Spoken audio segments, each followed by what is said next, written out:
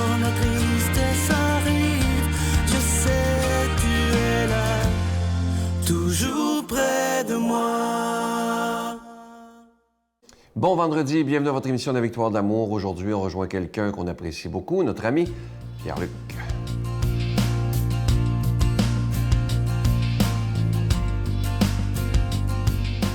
Bon matin à vous, très heureux de vous retrouver avec notre chronique d'honneur de sens. Vous savez, moi, j'ai le goût de traquer les meilleures pratiques à travers le monde pour vous, pour essayer de voir comment on fait pour s'inspirer de ça dans nos pratiques à nous.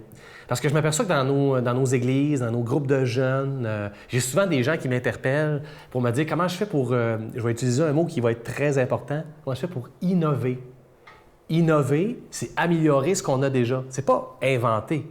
C'est vrai que c'est le fun d'inventer, mais innover, ça, moi, je trouve ça intéressant. Parce que c'est pas de se débarrasser de ce qu'on a en disant « ça n'existe plus, c'est fini ». Oh, non, non, non. C'est de prendre ce qu'on a déjà et de l'améliorer. De l'amélioration continue, on va dire, mais l'innovation de nos communautés. Je vous en parle parce que j'ai suivi une formation qui m'a aidé en ce sens. C'est une formation qui n'avait aucun lien, à la limite, avec la foi chrétienne. Et moi, j'adore faire des liens avec ce qui n'est pas nécessairement chrétien a priori, pour faire « mais là, on peut faire ça chez nous, on peut développer quelque chose. » Et ma foi s'en retrouve grandie, vous allez comprendre. Et je pense que c'est ça un donneur de sens. C'est quelqu'un qui est capable d'aller chercher ce qui fait du sens ailleurs aussi. Je vous en parle parce qu'ils ont dit une phrase, puis aujourd'hui, je m'arrête seulement sur cette phrase-là. Je pense qu'elle va nous inspirer si vous avez des groupes de jeunes, si vous avez des groupes de jeunes et moins jeunes, là, comment on fait pour renouveler notre approche. Comment on fait, parce que notre intérêt, c'est de partager notre foi. Là, vous allez me dire, c'est pas grave, il n'y a pas tant de monde que ça, c'est pas la quantité, c'est la qualité. C'est vrai. Mais pourquoi qu'on n'inviterait pas le plus de monde possible à innover ensemble? Je reviens à ma phrase. Vous connaissez la phrase « penser en dehors de la boîte ». En anglais, ils vont dire « to think outside of the box ». Ils vont dire ça. Tout le monde connaît à peu près cette expression-là en voulant dire « il faut arrêter d'être pris dans nos structures, en sortir pour mieux réfléchir ». Et là, ils ont dit une phrase, ils ont pris la phrase, évidemment cette phrase-là, mais ils ont dit « mais pour penser en dehors de la boîte, il faut être en dehors de la boîte ». Et là, ça m'a fait « c'est donc bien vrai ». On reste tellement dans nos réalités, dans notre Église, dans notre façon de pratiquer, on reste tellement collé là qu'on ne pense pas à juste aller ailleurs. Et il y a des gens qui voyagent, il y a des gens qui rapportent des éléments, des contextes nouveaux de leur voyage, de leur formation. Et ça, pour moi, là, c'est quelque chose, d'après moi, si on veut être un donneur de sens, il faut apprendre à sortir de notre boîte, à aller ailleurs. Moi, là, les perles de ma vie de foi, là, de ma pratique, là, souvent n'étaient pas nécessairement reliées, je dirais, à la boîte chrétienne. C'était dans une conversation anodine qui n'avait aucun lien, dans laquelle j'ai été touché et j'ai vécu là une expérience très forte, qui n'était pas a priori une expérience chrétienne.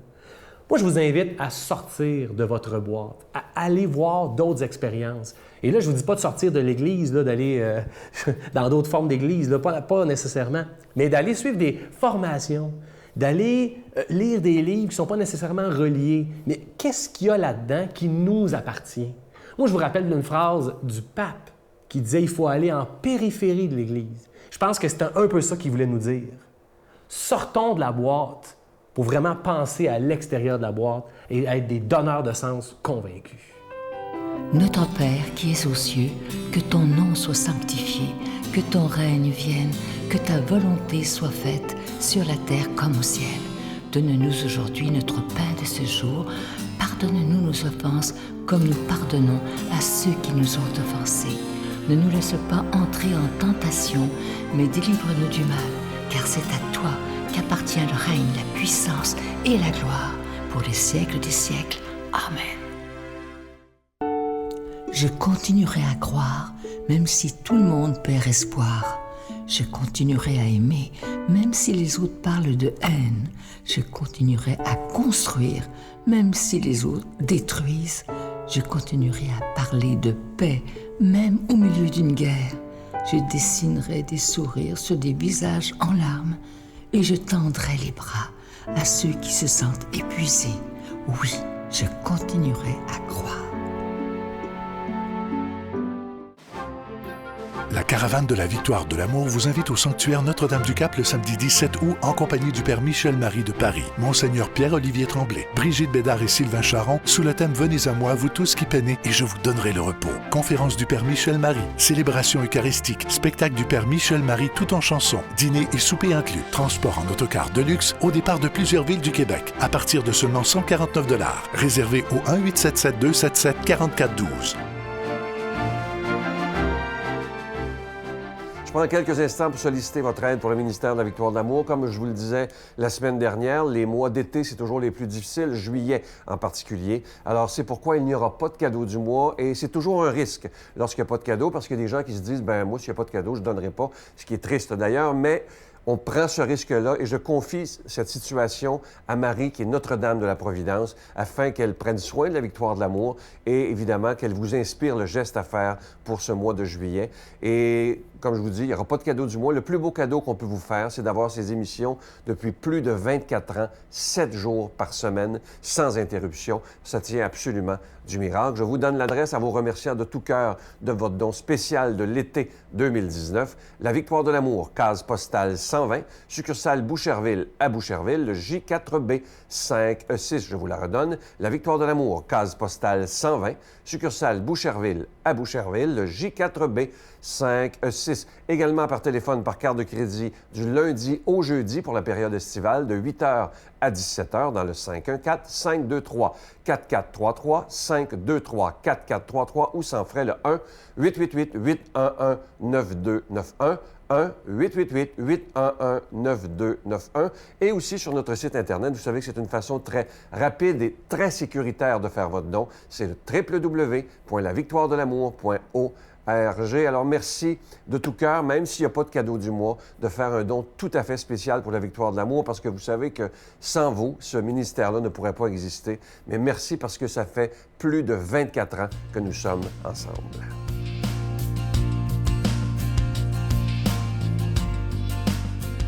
Mon Dieu, donnez-moi la sérénité d'accepter les choses que je ne peux changer, le courage de changer les choses que je peux, et la sagesse d'en connaître la différence.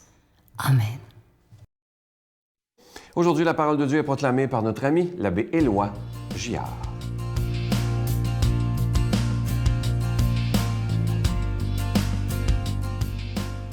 Et bon matin, mes amis. Nous voulons en plein cœur de l'été, le 12 juillet. Et que ça serait le fun que la parole soit comme un soleil qui nous fait le plus grand bien ce matin. Et pourtant, elle est dure. Jésus nous prévient, si vous voulez être mes disciples, vous devez vous attendre à souffrir. Il y a du vrai là-dedans. Il n'y a pas juste de la souffrance, mais il y a du vrai là-dedans. On va s'en parler. On est dans l'évangile de Matthieu. Jésus disait aux 12 apôtres, « Voici que moi, je vous envoie comme des brebis au milieu des loups. Soyez donc prudents comme des serpents et candides comme les colombes. Méfiez-vous des hommes.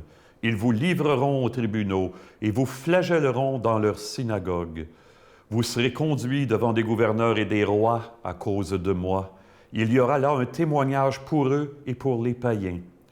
Quand on vous livrera, ne vous inquiétez pas de savoir ce que vous direz, ni comment vous le direz.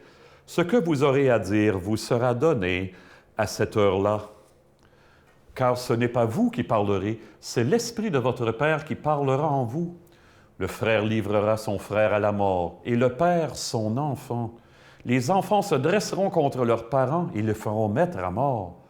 Vous serez détestés de tous à cause de mon nom, mais celui qui aura persévéré jusqu'à la fin, celui-là sera sauvé. Quand on vous persécutera dans une ville, fuyez dans une autre. Amen, je vous le dis. Vous n'aurez pas fini de passer dans toutes les villes d'Israël quand le Fils de l'homme viendra. » Vous vous souvenez, j'imagine, la plupart d'entre vous, de cette génération de grands chanteurs français, Brel, Bécaud, Aznavour, Brassens, Trenet, Reggiani. Il y a des airs inoubliables là-dedans, hein?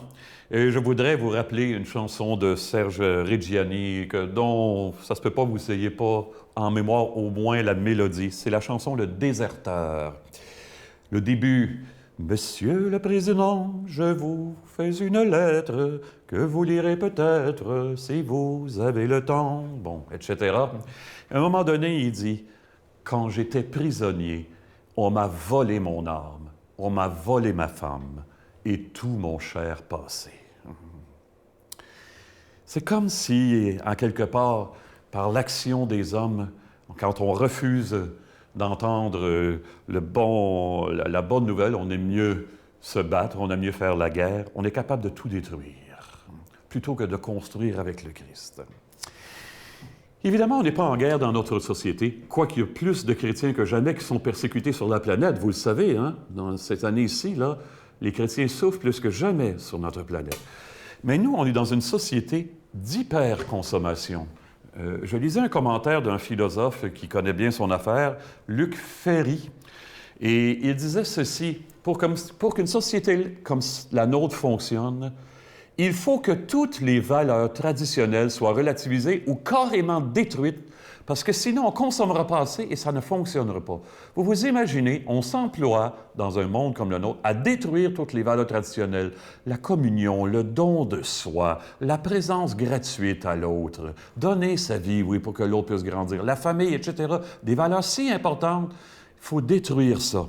Pas surprenant que ceux et celles qui cherchent à revendiquer ce qui est si fondamental à leurs yeux et qui s'inspirent de l'Évangile, eh bien, ils aient l'impression, en quelque part, de ne pas être acceptés et qu'on les met de côté, qu'on détruise ce qu'il dit.